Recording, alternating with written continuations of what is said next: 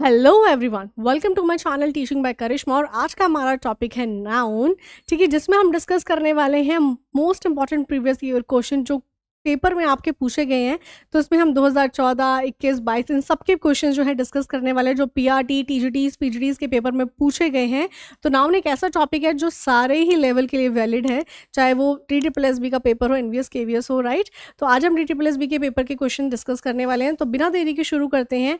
First question इसमें हमसे पूछ रहा है, fill in the blank with the most appropriate choice. ठीक है, if you can't reach the floor use the pillow और dash to prop up your feet. ठीक है, मतलब इसमें क्या बोला गया है कि अगर तुम फ्लोर नहीं पहुंच पा रहे हो तो तुम क्या यूज कर लो, या तो पिलो यूज कर लो या इनमें से क्या चीज यूज कर लो जो प्रॉप अप करे आपके फीट को, आपके पैर को। ठीक है, मतलब बर्जिन, पहले तो समय हमें मतलब पता होना चाहिए। बर्जिन का मतलब क्या होता है, फोस्टर का मतलब मास्टर या बोल्स्टर।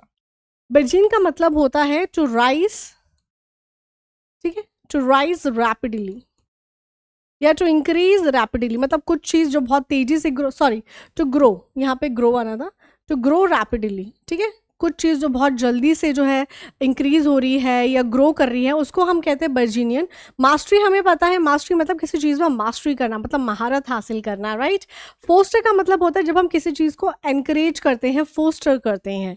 और बोल्स्टर का मतलब, बोल्स्टर आपने सुना ना, एक तकिया, एक गोल तकिया होता है, थोड़ा ऊंचा होता है ना। तो वो वही बोल रहा है यहाँ पे कि यू कैन नॉट, तुम रीच नहीं, मतलब तुम फ्लोर नहीं पहुंच पा रहे हो तो तुम एक पिलो या फिर बोल्स्टर, ठीक है, मतलब एक ऐसा तकिया जो तुम्हारे फीट को क्या करे, प्रॉप अप करे, एक सपोर्ट प्रोवाइड करे।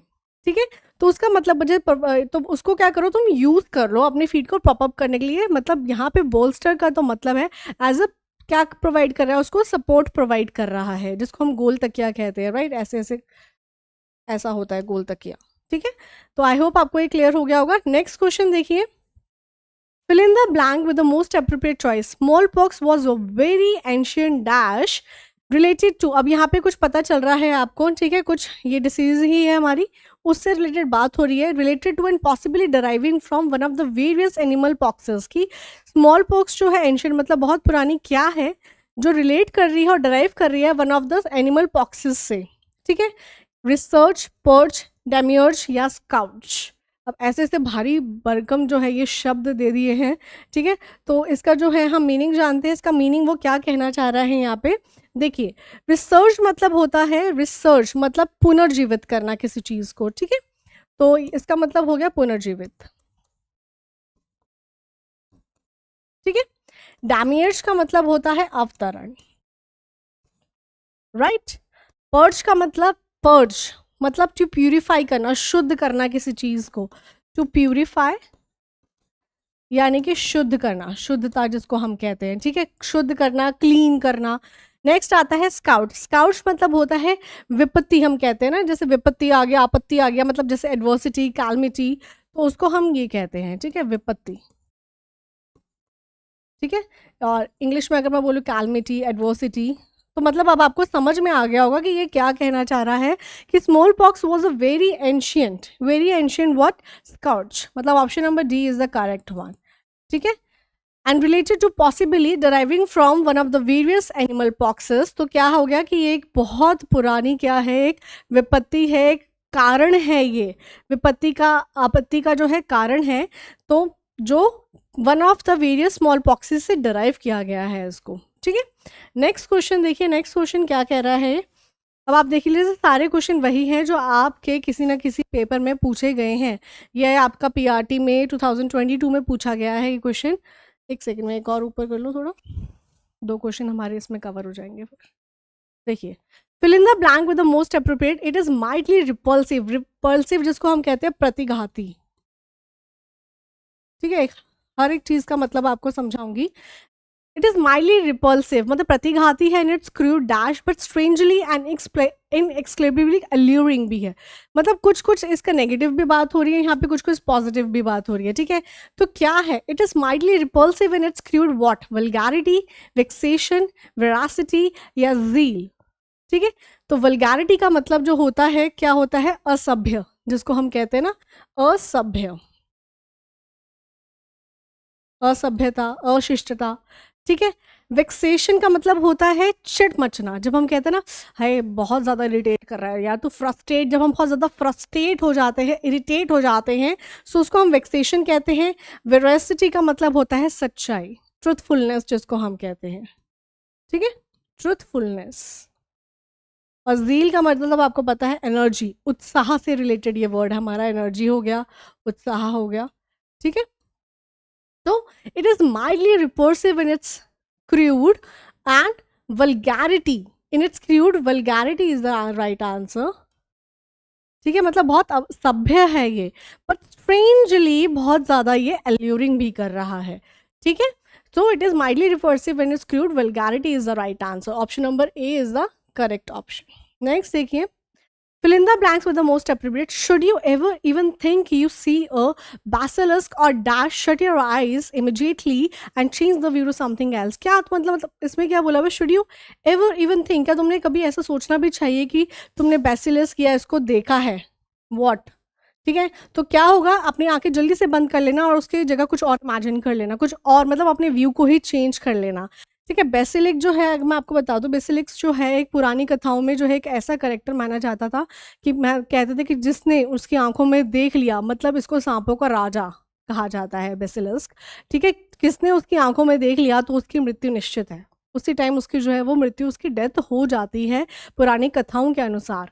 तो ये हो गया। तो अब इसमें से देखते हैं कि हमारा क्या मैच कर रहा है, कि तभी तो वो बोल रहा है कि जब भी तुम्हें कुछ ऐसा लगे इमिडिएटली अपनी आंखें बंद करना और अपने व्यू को चेंज कर लेना, ठीक है।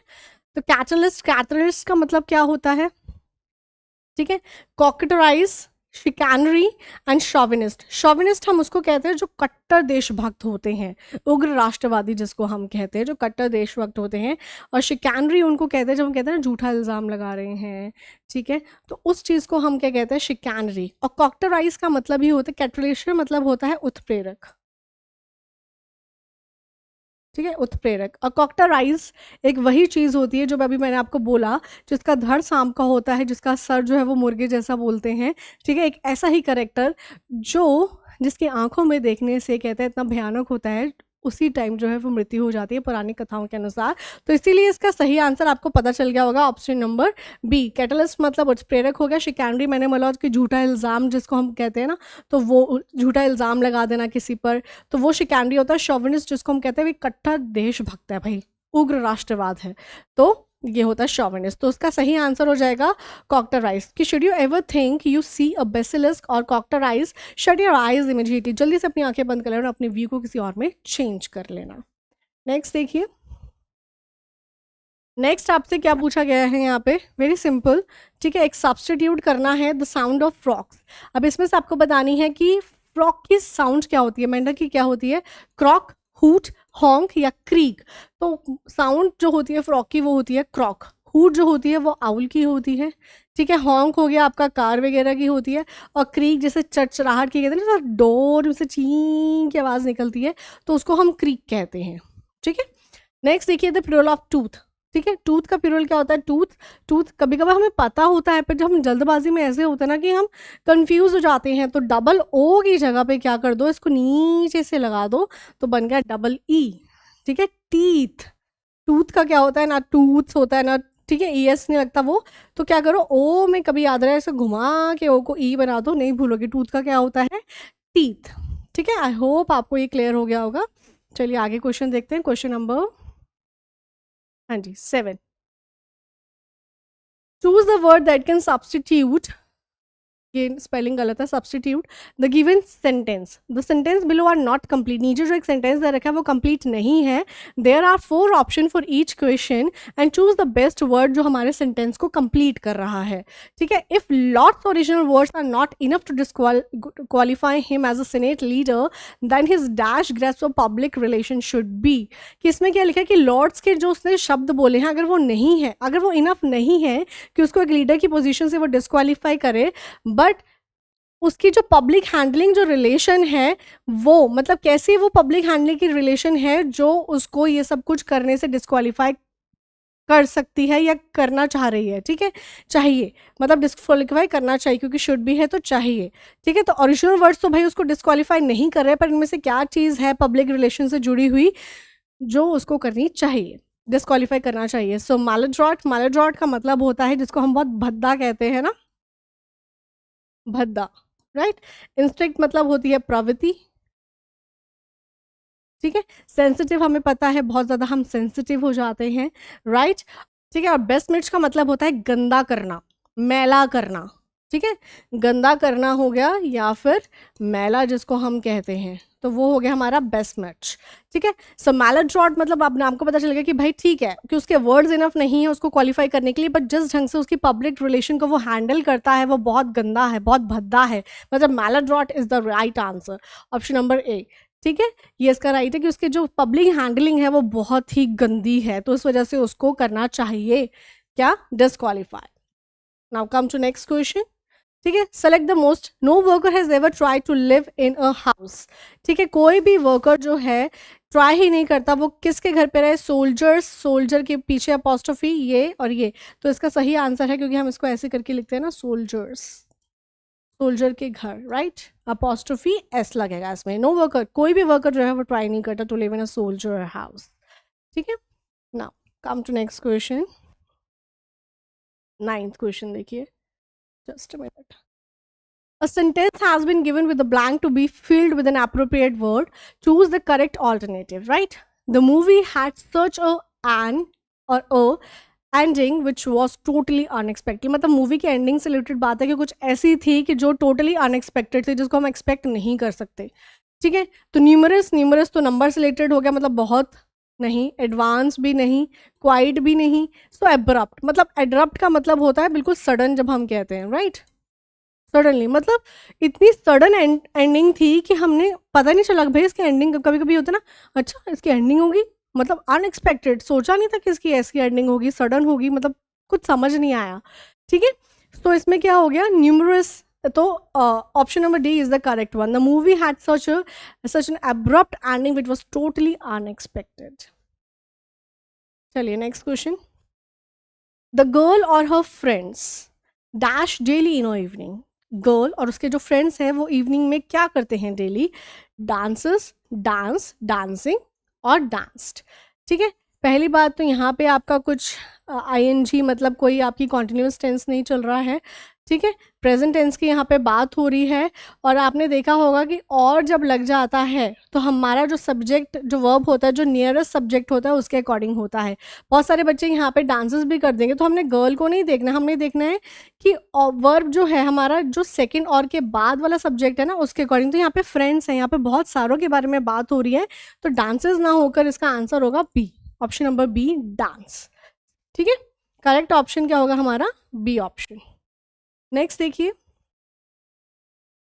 The best dash others workers can give is us to fight together for better pay ourself, ठीक है। अब यहाँ पे भी वही है कि एक सेंटेंस दे रखा है जो कंप्लीट नहीं है, जो हमें 4 ऑप्शन दे दिया उससे हमें कंप्लीट करना है उस सेंटेंस को, ठीक है। मतलब बेस्ट थिंग क्या है कि भाई अदर वर्कर, मतलब दूसरे वर्कर भी इज अस टू फाइट, मतलब साथ मिल जाए, किस लिए, बेटर पे आवरसेल्फ के लिए। अगर हम साथ मिलके फाइन मतलब लड़ाई लड़े तो अच्छी बात है, ठीक है। कुछ भी चीज़ होता है, जब हम कहते हैं ना अकेले और जब ग्रुप में काम हो, जब टीम वर्क हो, तो जो टीम वर्क होता है वो कितना निखर कर आता है। तो वही कह रहे हैं, तो बेस्ट क्या चीज़ हो सकती है कि अदर वर्कर्स कैन गिव, दूसरे लोग हमें क्या दे सकते हैं कि हम साथ मिलकर जो है बेटर पे के लिए जो है फाइट करें। अब ऑप्शन देख लेते हैं एक बार इसके, क्या बोल रहा है ये। सो डिसएमिनेशन, डिसएमिनेशन मतलब प्रसार करना, ठीक है। एडॉप्शन मतलब हम पता ही है गोद लेना या अडॉप्ट करना, ठीक है। डिस्कॉर्ड करना और सॉलिडारिटी, ठीक है। सॉलिडारिटी का मतलब होता है एकजुटता, ठीक है। सॉलिडारिटी का मतलब होता है एकजुटता। तो डिसेमिनेट मतलब प्रसार करना भी नहीं, यहाँ पे कुछ चीज़ गोद भी नहीं ली जा रही है, ठीक है। कुछ चीज़ का डिस्कॉर्ड भी नहीं किया जा रहा है उस चीज़ को, तो हम एकजुटता मतलब अगर एकजुट होकर जो है सारे के सारे जो हैं हमारे वर्कर्स आ जाएं तो हमें क्या करना चाहिए, तो हम अच्छे से लड़ाई लड़ सकते हैं अपनी पे के लिए। सो option number D is the correct one, ठीक है। नेक्स्ट देखिए, fill in the blanks with the most appropriate choice.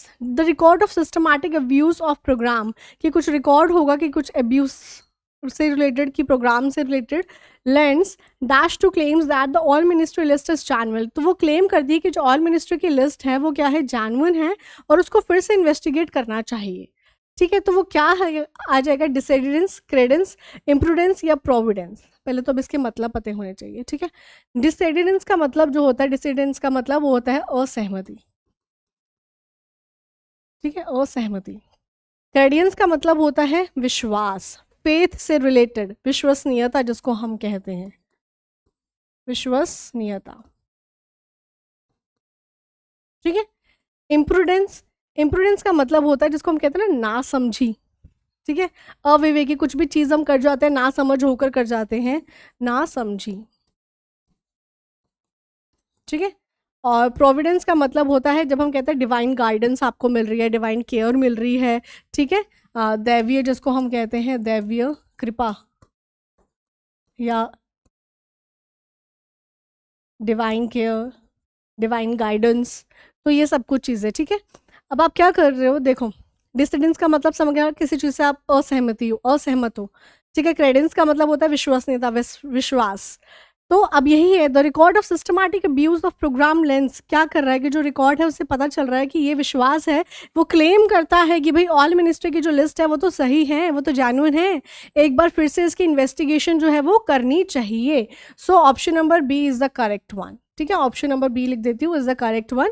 सो आप एक बार इनके सबके मतलब समझ लेना, प्रोविडेंस मतलब दैवीय कृपा, मतलब डिवाइन केयर, डिवाइन गाइडेंस हमें जो मिलती है। ठीक है, इम्प्रूडेंस का मतलब ना समझी जब हम कर लेते, अविवेक कर देते, जब दिमाग नहीं लगाते कुछ सोचने में। क्रेडेंस का मतलब विश्वसनीयता, फेथफुलनेस जिसको हम कहते हैं, और असहमति जब हम किसी चीज़ से डिसएग्री करते हैं। ठीक है, नेक्स्ट देखिए, ही short retreat in a feudal, ठीक है, word of dash of aristocracy and hierarchy, aristocracy and hierarchy मतलब क्या है, वो रिट्रीट करता है कौन से फ्यूडल वर्ड में जिसको सामंतवाद कहा जाता है ना, जब हम पढ़ते थे हिस्ट्री में। ठीक है, तो वो क्या करता है, ठीक है, he sought retreat in a feudal world of dash aristocracy and hierarchy. So deference, adherence, coherence या इनहेरेंस, मतलब ऐसे वर्ड भयानक से जिसका मतलब ही समझ में ना आए कि क्या वो पूछ रहा है हमसे। ठीक है, तो एक एक करके चलिए इसका मतलब जानते हैं। हाँ जी, डेफरेंस, डेफरेंस का मतलब होता है जैसे सम्मान। ठीक है, सम्मान। एडरेंस मतलब किसी चीज को पालन, किसी चीज का पालन करना, अनुपालन हो गया या पालन बोल लो आप। ठीक है, कोहेरेंस का मतलब होता है किसी चीज में जुट जाना, जब हम कहते हैं ना भाई जुट जाओ बस इस काम में, तो वो हो गया जुटना। और इनहेरेंस मतलब निहित करना,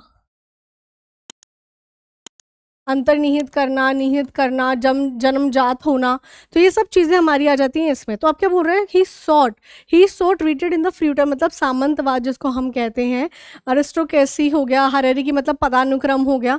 ठीक है, तो वो कहते हैं he sought retreated in a feudal world of, उन्होंने शरण ली सामंत वर्ल्ड में, सामंतवाद की दुनिया में। तो क्या होगा इसका डेफरेंस। ठीक है, डेफरेंस मतलब सम्मान से, सम्मान किसके सम्मान में, एरिस्टोक्रेसी हो गया, हायरार्की हो गया, तो वो चीज़ आ जाएगी। He is not retreated in a feudal world of किसके, ये आपका डेफरेंस मतलब option number A, deference, aristocracy and hierarchy. ठीक है, सो दिस इज द, और फ्यूडल ये एरिस्टोक्रेसी मतलब हो गया हमारा अभिजात वर्ग जिसको हम कहते हैं, हायरार्की मतलब हो गया पदानुक्रम। एक चीज, हर चीज़ का मैं आपको मतलब बता रही हूँ क्योंकि चीज़ें डिफिकल्ट हैं, पेपर में कभी कभार कुछ ऐसे वर्ड्स होते हैं ना कि हमें हायरार्की का ही वो सिनोनिम्स या फिर इंटोनिम्स पूछ लेता है, डेफरेंस इन सब का, तो हमें मतलब समझ में आना चाहिए कि क्या मतलब वो हमें कह रहा है। नेक्स्ट क्वेश्चन देखिए, question number 14, find the part of given sentence that has an error. If there is no error, so option number 4 is this. There is a great difference between the two statements. ठीक है, कि two statements के बीच में क्या है, between सही लगा हुआ है। ठीक है, अगर हम बोले कि भाई ठीक है दो स्टेटमेंट्स की बात हो रही तो यहाँ पे बिटवीन ही आना चाहिए। So there is the great difference, तो किस में गड़बड़ है देखिए, डिफरेंस थोड़ी ना, डिफरेंस थोड़ी ना होता है, क्या होता है डिफरेंस, राइट, डिफरेंस होता है ना। So there is the great difference, not a different. So option number 2 मतलब B. Next, a herd of grapes is kept on the table, कि एक हर्ड ऑफ ग्रेप्स, ग्रेप्स का हर्ड झुंड रखा हुआ है या गुच्छा रखा हुआ है, पहले ही पकड़ लो है ना, बंच, इतना दिमाग लगाने की जरूरत ही नहीं आ गया। और क्या है, हर्ड तो हो ही नहीं सकता, ग्रुप्स का कोई झुंड थोड़ी ना है, ये बंच का गुच्छा है ना। तो यहाँ पे क्या आ जाएगा, तो कौन सा ऑप्शन हो गया, इधर सी वाला। ठीक है, I shall be late for today meeting, today meeting या फिर टुडेज मीटिंग हो जाएगा। देखिए रेज मीटिंग, राइट। देख लेते हैं एक बार इसके ऑप्शंस। नेक्स्ट पेज में आएगा ये रहा। हाँ जी, ठीक है। तो कौन सा ऑप्शन सही हो जाएगा इसका? सेकेंड वाला, ये ऑप्शन नंबर बी, ठीक है। चलिए आगे देखते हैं। Select the masculine gender of sister in law, तो सिस्टर का बना दो ब्रदर, ठीक है। तो कहाँ पे? Option number B. बहुत वेरी वेरी वेरी सिंपल। कभी कभी कुछ होता है ना, DSSB के मोटर व्हीकल इंस्पेक्टर के क्वेश्चन में आया हुआ, देखिए, ठीक है। उसके बाद शीप का जो प्यूरल क्या होता है? शिप्स कोई लगा देता है, बस शीप का शीप ही रहता है, उसमें कुछ चेंज नहीं होते हैं, ठीक है। माउस का प्यूरल क्या होता है? माइस, ठीक है। माउसेज नहीं होता, माउस का माउस नहीं होता, माइस होता है। नेक्स्ट देखिए, इसमें क्या पूछा है? वही है, एरर दे रखा हुआ है। One of the function of a teacher is to support cases of mall adjustment.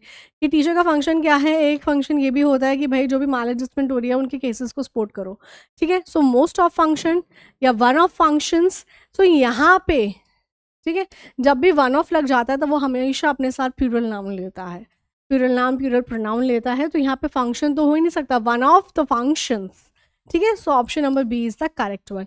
I hope आपको ये नाउन क्लियर हो गया होगा। देखो आपके सामने पूरे क्वेश्चंस जो अभी तक पेपर में आए हैं वो मैंने डिस्कस करे हैं। सो नेक्स्ट वीडियो के लिए बने रहें। For more interesting videos don't forget to like, share and subscribe. Thank you.